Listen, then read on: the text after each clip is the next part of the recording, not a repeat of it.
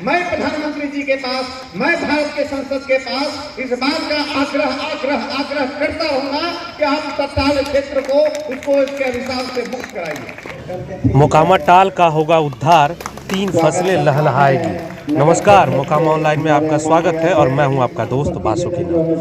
आज मोकामा के चिंतामणि चक में चिंतामन चक दुग्ध उत्पादन सहयोग समिति के द्वारा बोनस वितरण सह चैतावार मिलन समारोह का आयोजन किया गया। इस अवसर पर आए मुख्य अतिथि प्रोफेसर राकेश सिन्हा, माननीय राज्यसभा सांसद, ने मोकामा टाल के उद्धार की बात कही। इस अवसर पर उद्घाटनकर्ता के रूप में विजय शंकर सिंह, माननीय अध्यक्ष बरौनी डेयरी उपस्थित थे। विशिष्ट अतिथि के तौर पर SR मिश्रा, माननीय प्रबंध निदेशक दुग्ध संघ बरौनी उपस्थित रहे। सभापति नीलेश कुमार, उप सभापति नीतू देवी इस मौके पर मौजूद रही थी। मध्य विद्यालय चिंतामन चक में प्रिंस म्यूजिकल ग्रुप के द्वारा यहाँ चैता कार्यक्रम का भी आयोजन किया गया। संजय कुमार निरहुआ के गीतों पर झूमे मोकामा वासी। इस अवसर पर ड्रोन से माननीय राकेश सिन्हा के ऊपर गुलाब जल का छिड़काव किया जा रहा था। राकेश सिन्हा और सभापति नीलेश कुमार के द्वारा गुब्बारा छोड़कर लोगों को शांति और सद्भावना का संदेश दिया गया। श्री SR मिश्रा जी, निदेशक मंडल के माननीय सदस्यगण,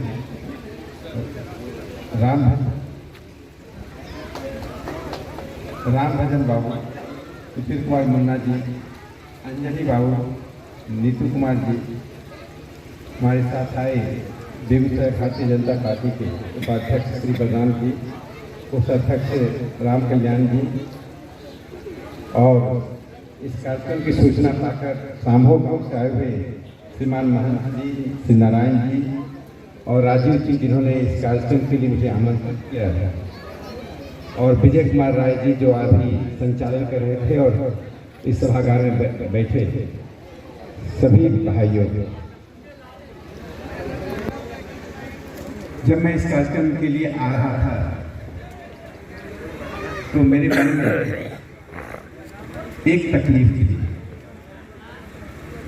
तकलीफ यह थी 1950 से भारत का जनतंत्र चल रहा है और यह देश किनके कारण चल रहा है हमें मालूम है, वे हैं भारत के किसान। पूरे आजादी के बाद से एक भी ऐसी घटना नहीं घटी कि किसी किसान ने देश की संपत्ति को विदेश में रखा हो, देश के कानून से बचने के लिए विदेश भाग गया है, जो हम व्यवसायियों और उद्योगपतियों में देखते हैं। जहां इस बात की खुशी थी वहीं मुझे दुख था कि लंबे समय से इन किसानों के लिए कम से कम 2014 के पहले तक कोई ठोस कदम नहीं उठाया गया। प्रधानमंत्री नरेंद्र मोदी जी ने जब किसानों को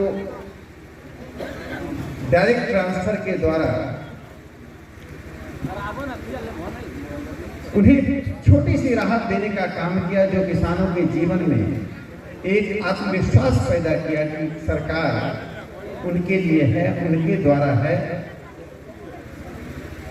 तब किसानों को लगा कि राष्ट्रीय विमर्श के वे हिस्सा बने।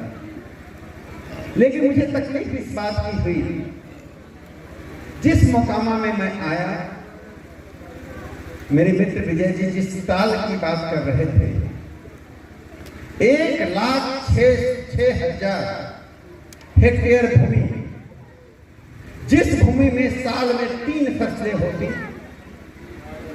जो हजारों परिवारों को संपन्न करता, जिस भूमि को, जिस मां को हम संभाल कर इस देश की संप्रभुता और देश की संपन्नता को समृद्ध करते,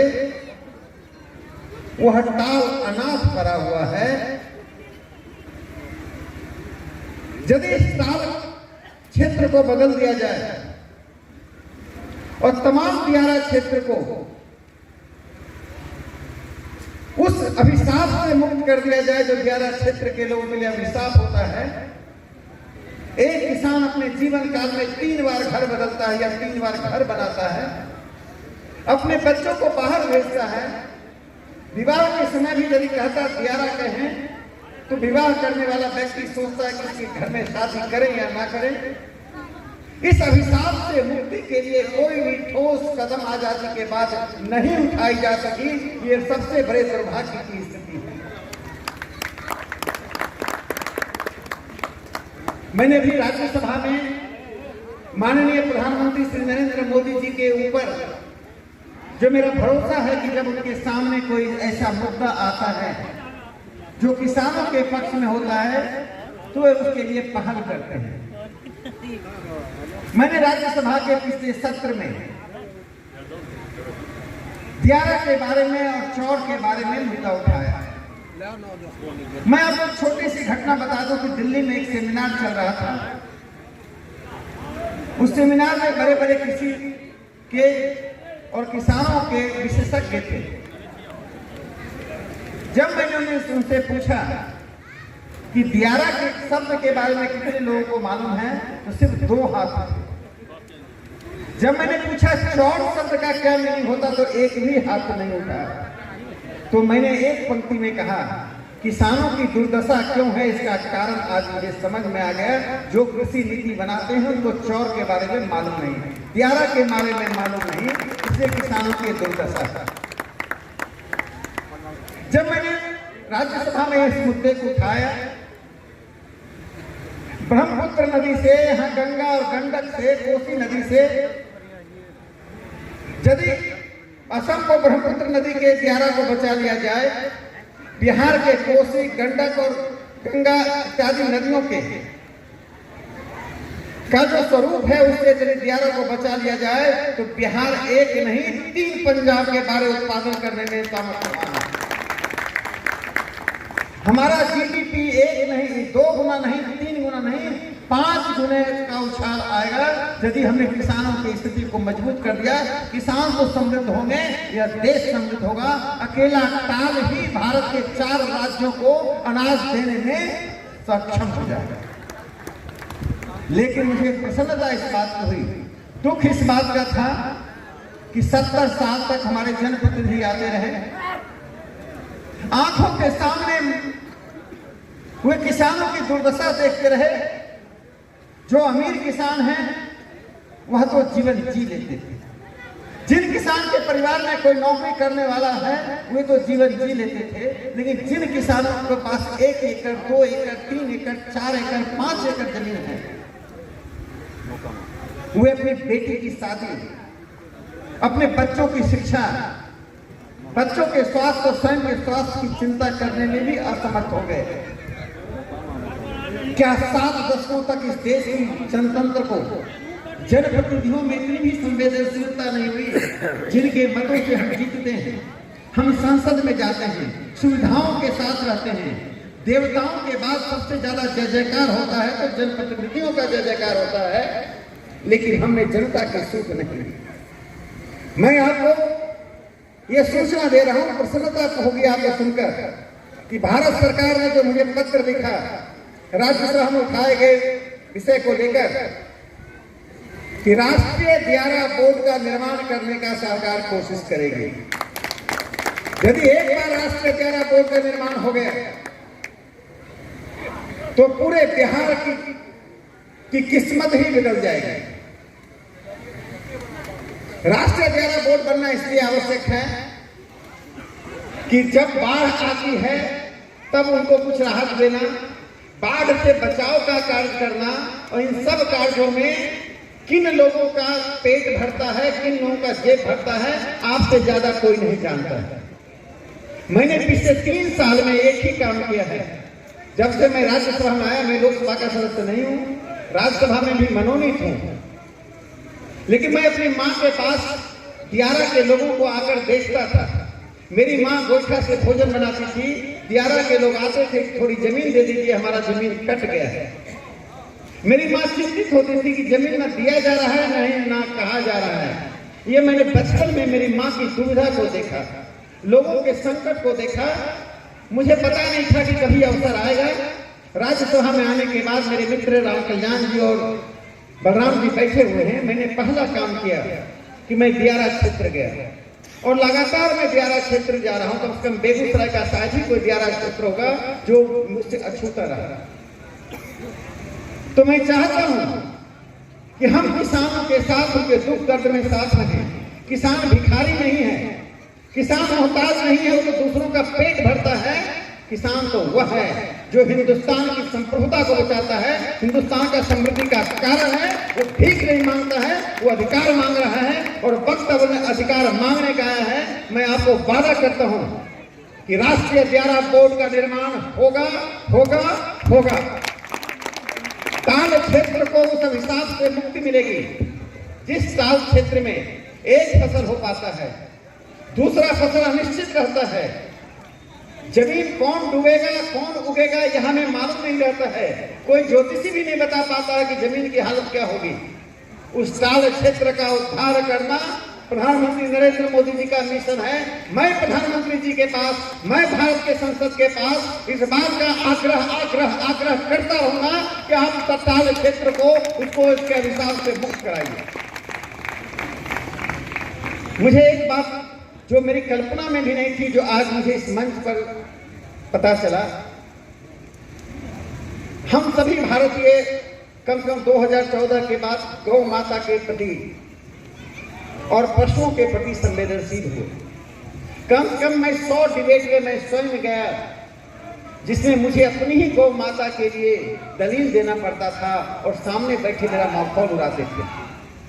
तो मैंने उनको कहा कि मेघालय के संतानों से मैं क्या उम्मीद कर सकता हूं। इस देश में 3 संतान हुए, महर्षि पुत्र, मार्क्स पुत्र और मेघालय पुत्र। हम सभी जो गौ संवर्धन की बात करते हैं, हम सभी जो पशुओं को भी अपने परिवार का अंग मानते हैं और घर की पहली रोटी गौ माता को देते हैं, गौ माता का श्रृंगार करते हैं, गौ माता के स्वास्थ्य की चिंता करते हैं, हम सब महर्षि पुत्र हैं।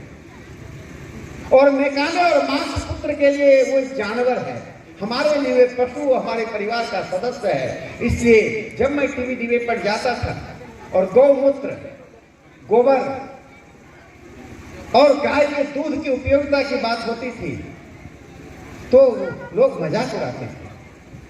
आज जब वर्ल्ड हेल्थ ऑर्गेनाइजेशन ने, साइंटिफिक ऑर्गेनाइजेशन ने यह साबित कर दिया कि गौमूत्र, गोबर और गाय के दूध की क्या उपयोगिता है मनुष्य के स्वास्थ्य के लिए, कोविड के समय में यह और भी स्पष्ट हो गया। तब ये मेघालय और मार्क्स पुत्रों को समझ में आया कि भारत के जो महर्षि पुत्र कहते थे, भारत के जो ये महर्षि पुत्र बैठे हुए हैं, ये सच हैं और वे झूठ थे। मित्रों, इस देश में 19 करोड़ पशुधन है। 2019 में जो आंकड़े आए 19 करोड़ पशुधन है और दूध उत्पादन में हम दुनिया का 23% दूध उत्पादन करते हैं।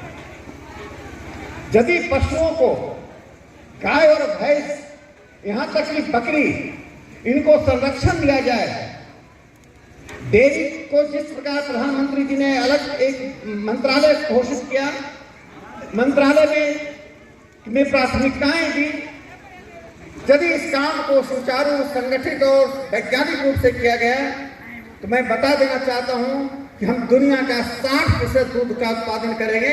अरब देश से हमारे पास तेल भेजते हैं, उनको हम दूध भेजेंगे, तेल के बदले दूध भेजेंगे, हमको पेट्रो डॉलर देना नहीं पड़ेगा। तो आज परिस्थितियां बदल रही हैं। जो बात मुझे इस मंच से पता चला कि गौ माता या कोई भी पशु जो हमारे पास उपयोगितापूर्ण है, उसकी मृत्यु पर सरकार एक ऐसी व्यवस्था करे जिससे सम्मानजनक ढंग से उन पशुओं का हम अंतिम संस्कार कर सकें। भारतीय संस्कृति और भारतीय परंपरा में उपयोगिता अनुपयोगिता के आधार पर हम निर्णय नहीं देते। पश्चिम में जो दिव्यांग है वो बेकार है। हमारे लिए जो दिव्यांग घर में पैदा लेता है वो घर का सबसे उपयोगी, घर का सबसे अधिक प्राथमिकता पाने वाला सदस्य बन जाता है। हम यह नहीं कहते तुम कितना परिश्रम करते हो, कितना उत्पादन करते हो, हम कहते तुम कुछ मत करो, श्रेष्ठता तुम्हारी है, पहली रोटी तुम्हारी है, पहली मांग तुम्हारी पूरी होगी, फिर परिवार के सदस्यों को होगी। ये भारत और पश्चिम का अंतर है। हम पश्चिम हो जाएंगे। प्रधानमंत्री नरेंद्र मोदी जी ने जो देश में एक नए मानसिक परिवर्तन किया है कि अब भारत को भारत की ओर तरफ देखें, भारत को भारत के आईने में देखें। आज वही कारण है कि पूरी दुनिया में भारत पहली बार प्रधानमंत्री नरेंद्र मोदी जी के नेतृत्व में एक ग्लोबल पावर के रूप में उभर रहा है। G20 दुनिया के बड़े बड़े राज्याध्यक्ष आज भारत के छोटे छोटे शहरों में जा रहे हैं। कभी भारत की ऐसी स्थिति नहीं थी। इस स्थिति के लिए मैं प्रधानमंत्री जी को साधुवाद देते हुए मैं आपको आश्वासन देता हूं कि दियारा और चौर की लड़ाई कोई लड़े या ना लड़े, उसका चुनाव से, राजनीति से कोई संबंध नहीं है। उसका संबंध सिर्फ भारत माता से है, किसानों से है, हमारे उन बंधुओं और भाइयों और बहनों से है जो पीढ़ियों से संकट में रहे। मैं आपके लिए दियारा और चौर की लड़ाई लड़ूंगा, अंतिम दम तक लड़ाई रहूंगा। जीतूं या हारूं लड़ाई में लड़ूंगा, आप साथ चलिए।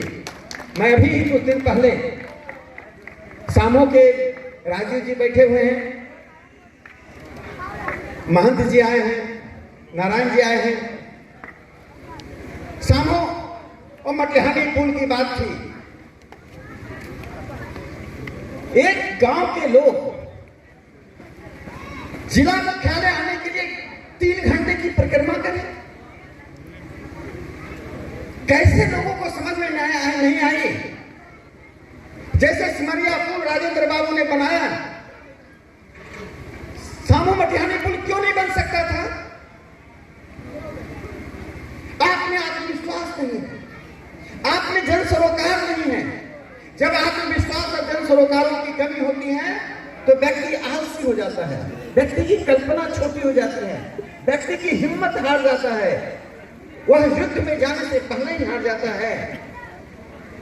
छोटे से प्रयास से आज सामो मटिहानी पुल बन गया। 2 दिन पहले मैं गडकरी जी के पास गया, उन्होंने कहा 3 महीने में उसका टेंडर लाने की मैं कोशिश करूंगा, 2 साल में उस सड़क पर गाड़ियां चलेगी, पूरे इस क्षेत्र की तस्वीर बदलेगी। मैं कहा यह चैप्टर बंद हो गया, सामो में एक हवाई अड्डा बनना चाहिए। जिन किसानों ने पीढ़ियों से दर्द सहा है, उन किसानों के घर तक हवाई अड्डा बनना चाहिए। मैं अंत में एक बात नौजवानों से कहना चाहता हूं, कृषि और पशुपालन यह सम्मान का विषय है। मेरे सामने ब्रजेश जी बैठे हुए हैं, उच्च शिक्षा प्राप्त करके इन्होंने नौकरी छोड़कर परिवार और पड़ोसियों के उलाहना विरोध के बावजूद इन्होंने पशु के चारा, पशुधन के बारे में कदम बढ़ाया। ये इनसे प्रधानमंत्री जी ने बात की। किस तरह की जो परिवर्तन आ रहा है उस परिवर्तन को हम आगे बढ़ाएं, उत्साह बढ़ाएं। मैं आपको एक बात के लिए एश्योर करना चाहता हूं कि जब भी आप बुलाएंगे मैं टाल आऊंगा। टाल के संघर्ष को, दियारा के संघर्ष को, चाहे असम के ब्रह्मपुत्र का दियारा हो या गंगा का दियारा हो या गंडक का दियारा हो या सोन का दियारा हो या कोसी का दियारा हो, उसके लिए हम संघर्ष करेंगे। संघर्ष अंतिम अंजाम जब तक जाएगा। प्रधानमंत्री नरेंद्र मोदी जी पर हमारा पूरा विश्वास भरोसा है कि दियारा और चौर से मुक्ति हुए बिहार और असम दोनों को दिलाएंगे। इसी के साथ मैं आप सबका धन्यवाद करता हूं कि आप मुझे सुने, और मैं माफी चाहता हूं कि किसी कारणवश व्यवस्था के कारण में विलंब से आया। उस विलंब के लिए क्षमा मांगते हुए मैं अपनी वाणी को विराम देता हूं। धन्यवाद।